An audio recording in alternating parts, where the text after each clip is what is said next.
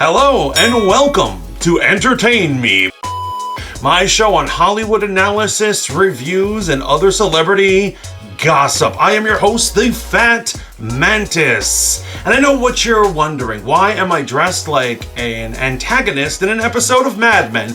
Well, it's because it is New Year's Eve and I am right here waiting just a few hours away, waiting for my ball to drop.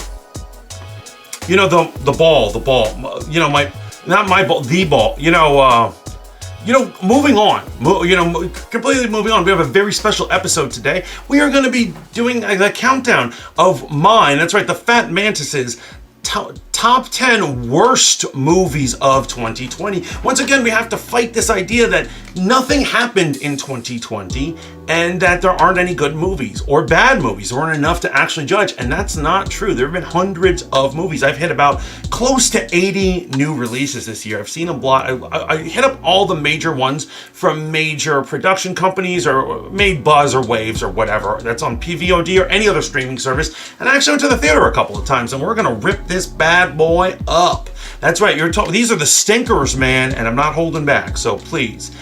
Without further ado, let's do it at number 10, The Last Days of American Crime. This is coming to you from Netflix, and it is director Oliver Megaton, starring Edgar Ramirez of Versace fame from the assassination of Johnny Versace, and Anna Brewster. So this is supposed to be a sexy thrill ride crime drama that's about 2.5 hours, and I decided to check it out. But, before I knew anything about it, I was very gassed about this production. So I wanted to take a look at it, and what they throw in a random curveball science fiction aspect to it. It was very odd. Basically, the American government is able to send out a hypnotic ping to our brains, canceling all crime. You cannot act in a way that's anti the idea of being against crime. You can't do crime, essentially. And they're doing a countdown, so all the criminals are doing as much crime as humanly possible until they can't do it anymore. And I was like, well, this is going to be interesting. Let's take a look. And what ended up happening is it was one of the most boring pieces of cinema I've seen in literal years. It attempts to be a Quentin Tarantino crime film without being funny. All the characters are cliches. You can't even keep track of the story, which is why they have a narrator who mentions characters who are off screen or that you never caught the name of, so you're lost as it is. It has no passion, no energy. There are sex scenes without passion, fight scenes that never happen, and heist and criminality, which is totally cliche. I would avoid this one. Now, number 9, Songbird. Now, I know what you're thinking. What type of scumbag would cash in on the pandemic? Well, Michael Bay would. Obviously, and that's why, this is his produced movie, directed by Adam Mason and starring KJ Apa, better known as Archie Who Bangs on Riverdale, and Sophia Carson. I don't know where she's from, but she basically is unrecognizable in this film, so if she has a film career, this certainly didn't help it.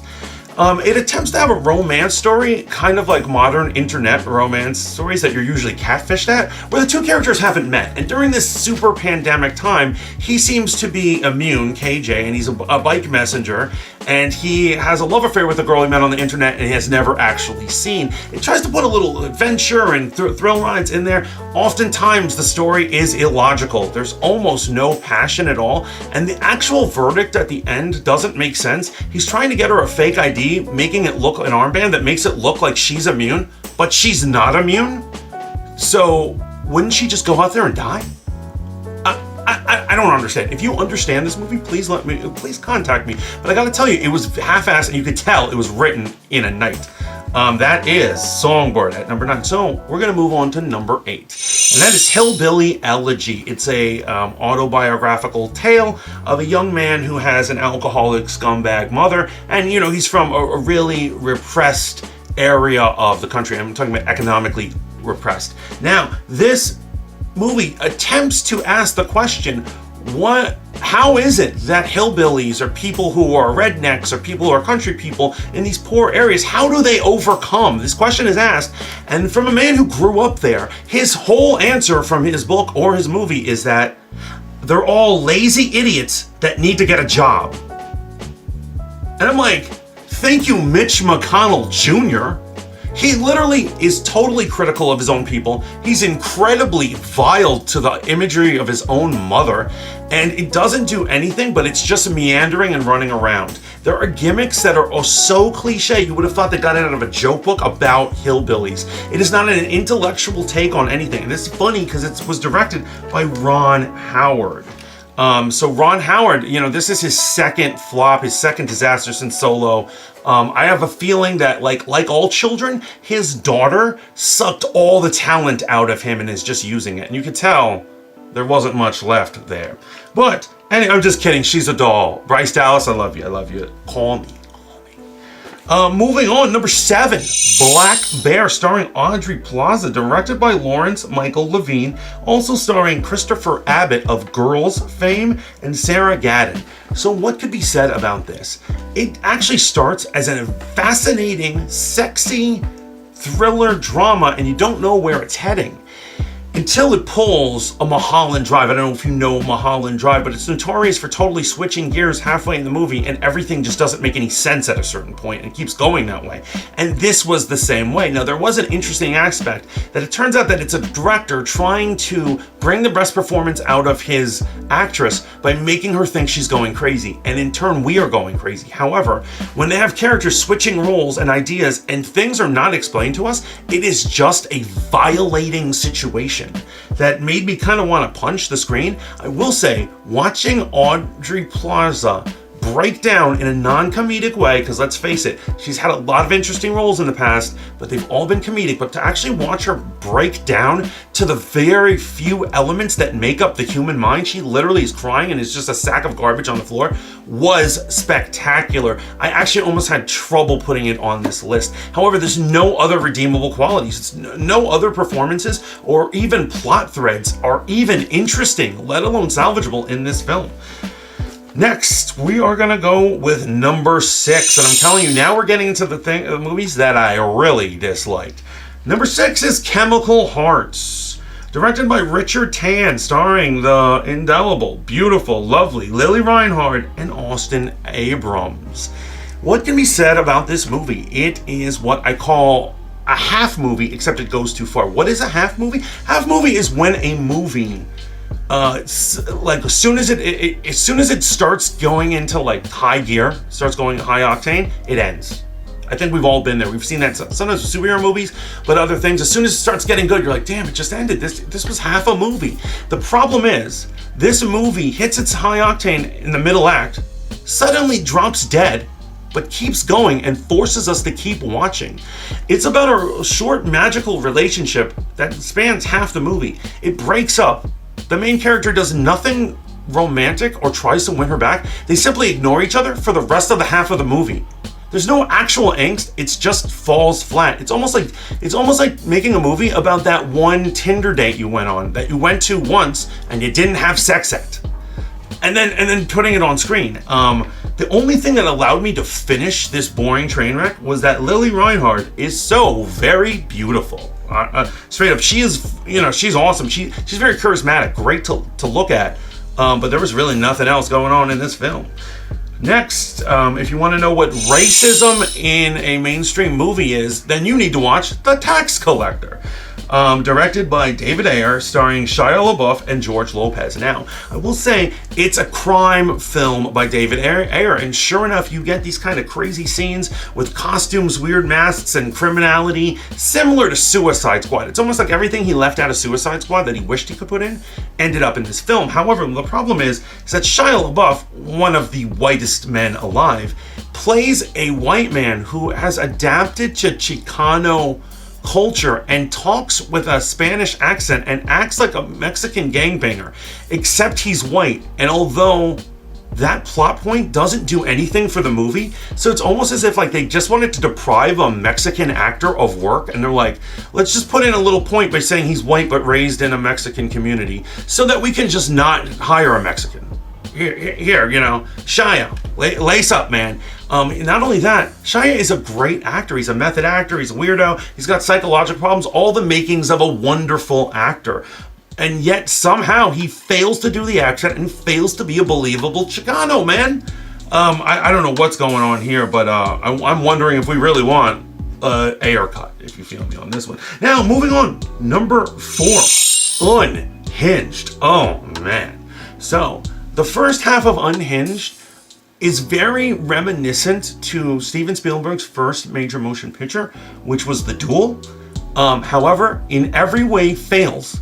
Makes you want to watch The Duel, and then makes you never want to watch a Russell Crowe movie again because you have such a bad taste in your mouth. It was both hyper violent, totally unrealistic, where Russell Crowe is a guy who's having road rage and he decides to stalk and try to murder a woman, run her off the road, hurt her children, hurt her family, and it just goes over the top. His road rage leads him to destroy her life, murder her family, and do other just insane things, but it's not even done in a clever way. Honestly, if it was done in a really psychological horror where we believe that a serial killer could do this, I'd be into it. But it made no sense. You want to turn it off halfway, but my friends dared me to watch it, so I had to finish it. Number 3, Horse Girl. Now I gotta say, when I was a young man, I used to love this movie, this particular movie, and it was called Donnie Darko. It's about a kid in Virginia who starts seeing a demonic rabbit who's telling him to do all sorts of crazy things, and it's watching someone have a nervous breakdown. Now, as I grew older, the movie didn't really stand up. It still has some good moments, but it's not as genius as it was when I was a teenager. Now, as we move on, this movie, it attempted to completely rip it off. Horse Girl is essentially Donnie Darko just starring Alison Brie. However, all of the charms of the psychotic demon bunny aren't even there. And it's just in every point and plot and beat is Donnie Darko, just not executing it as well. It's just nonsense as it goes along, and the final wrap-up is just totally unsatisfactory. Some might call it a science fiction movie. I would call it a serious waste of money. Next, our number 2 worst film of 2020 is gonna have to be I'm Thinking of Ending Things. Now this one breaks my heart, people. This one absolutely breaks my heart. Because it stars Jesse Plemons, Jesse Buckley, Toni Collette, and David Thewlis. What amazing actors. And honestly, the beginning of the film, they're actually giving great performances.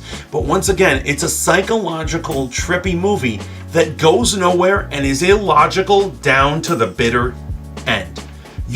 Once Act 1 ends, you realize what's going on. You figured it all out. You understand it. You're like, move on to the next point. But they don't have another point. And I'm going to give you a spoiler right now. It gets even worse that instead of explaining things in the final act, they decide to break into interpretive dance. Now, I don't know if you have ever heard someone make a joke about art turning into interpretive dance, but usually often that's a joke making fun of someone who's an artiste trying to do something, right? They're like, they don't know what they're doing, so they're doing interpretive dance. The movie literally degenerated into interpretive dance rather than just explaining the weirdness that was going on. Went on and on and on. You just want to throw a shoe at the screen, but I don't do that, man. Because I am a civilized man. And so finally, moving on. By the way, that was directed by Charlie Kaufman. Shame on you, Charlie. He brought us adaptation. He brought us a lot of good stuff, but shame on you. And finally, the most offensive, disgusting movie of 2020 has to be Artemis Fowl, which was a direct-to-Disney Plus film. Originally, it was supposed to be in theaters. It was strangely directed by Kenneth Branagh, and it stars Josh Gad, Colin Farrell, Noso Anozie, Judi Dench, and Ferdia Shaw. This is another half movie, but it actually does end when it ends. Like, they don't force us to keep going with it. It basically, everything magical or interesting about it is a ripoff of Harry Potter, literally down to Josh Gad's Hagrid ripoff costume. It's down to the costume and very concept of the character. They put in black and white flashbacks and narrative scenes for literally no reason. And the characters literally never leave the house. The plot never generates past them bumping into walls and running around a house. The main character is totally unlikable. You know, normally I give letter grades for things, but for all my fails, I had to calculate a grade. And when I was grading each thing about it, writing, direction, production, costume design, music, and all this stuff, I came to the score of 44%. That's right. If this kid was handing in his movie piece and I'm the professor, I would give him a 44% on his final. That is how pathetic this movie is. I'm sorry if I'm getting, speaking very aggressively right now, but actually just thinking about the movie really enrages me. It makes me upset. I'm upset right now. I'm glad that the ball is dropping because I'm gonna have a good time in a minute. But honestly, I dare you to watch that movie and give me some positive feedback on that. Let's see what you got, guys. But there you have it. Those are my top 10 2020 worst films of the year. What do you guys think of my list? Have I misjudged any of these masterpieces? Please let me know down in the comments. Also, please let me know what your top 10 of worst films are. Just please note them down straight into the comments. Remember to like, share, and especially subscribe to Voice of the Fat Mantis for more reviews, Hollywood intakes, analysis, top 10 lists, and a lot of fun going into 2021. Until next time, ciao for now.